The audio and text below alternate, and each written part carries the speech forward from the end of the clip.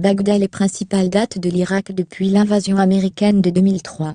20 032 006 chute de Saddam Hussein, instabilité. Une coalition menée par les États-Unis envahit l'Irak le 20 mars 2003 pour détruire de présumées armes de destruction massive qui ne seront pas découvertes.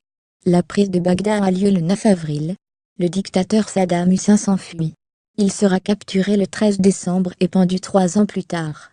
Le pouvoir est transféré aux Irakiens le 28 juin 2004, et les premières élections multipartites en plus de 50 ans ont lieu le 30 janvier 2005, boycottées par les sunnites. Le kurde Jalal Talabani est élu président à titre intérimaire en avril 2005, puis réélu un an plus tard. La constitution de 2005 légalise une autonomie du Kurdistan irakien, effective sur le terrain depuis 1991. Le 15 décembre 2005, l'Alliance unifiée irakienne chiite remporte les législatives, sans majorité absolue. 20 062 011 conflits religieux et retrait de la coalition. Le 22 février 2006, le dynamitage d'un mausolée chiite à Samarra nord de Bagdad déclenche un conflit meurtrier entre sunnites et chiites. Le 20 mai, le chiite Nouri al-Maliki forme le premier gouvernement permanent de l'après-guerre. Le 10 janvier 2007, le président américain George W. Bush décide d'envoyer plus de 20,000 soldats supplémentaires, alors que les violences font rage. Le 21 février, la Grande-Bretagne annonce le début du retrait de ses soldats. Le 14 août, plus de 400 personnes meurent dans les attentats les plus meurtriers en 4 ans, contre la minorité des Yézidis, dans la province de Ninive Nord.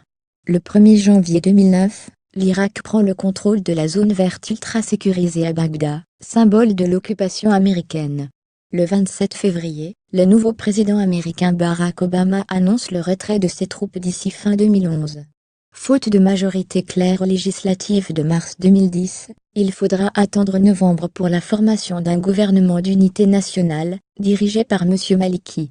Les derniers soldats britanniques partent le 22 mai 2011, et les derniers militaires américains le 18 décembre. Entre 2003 et 2011, plus de 100,000 civils ont perdu la vie selon l'organisation Iraq Bodycoon. Les États-Unis y déplorent près de 4,500 morts, et le Royaume-Uni 179. 20 132 015 poussée du groupe État islamique. Le 9 avril 2013 naît l'État islamique en Irak, et au Levant il, dirigé par Abou Bakr al-Baghdadi, qui, début 2014, prend Falloujah, à moins de 100 km de Bagdad.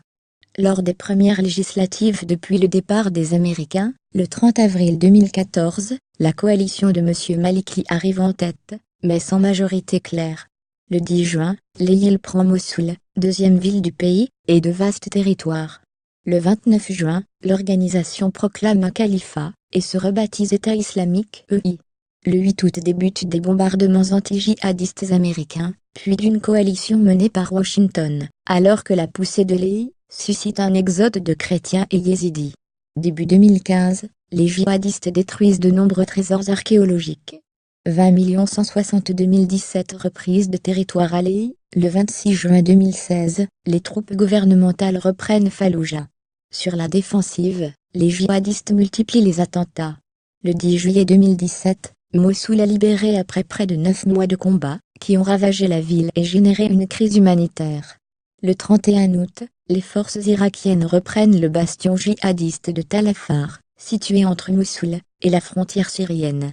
Mi-septembre, elles lancent l'assaut contre les derniers fiefs de l'EI, qui avaient contrôlé jusqu'à un tiers du pays en 2014. Ailleurs, sur le web, contenu proposé par Taboola.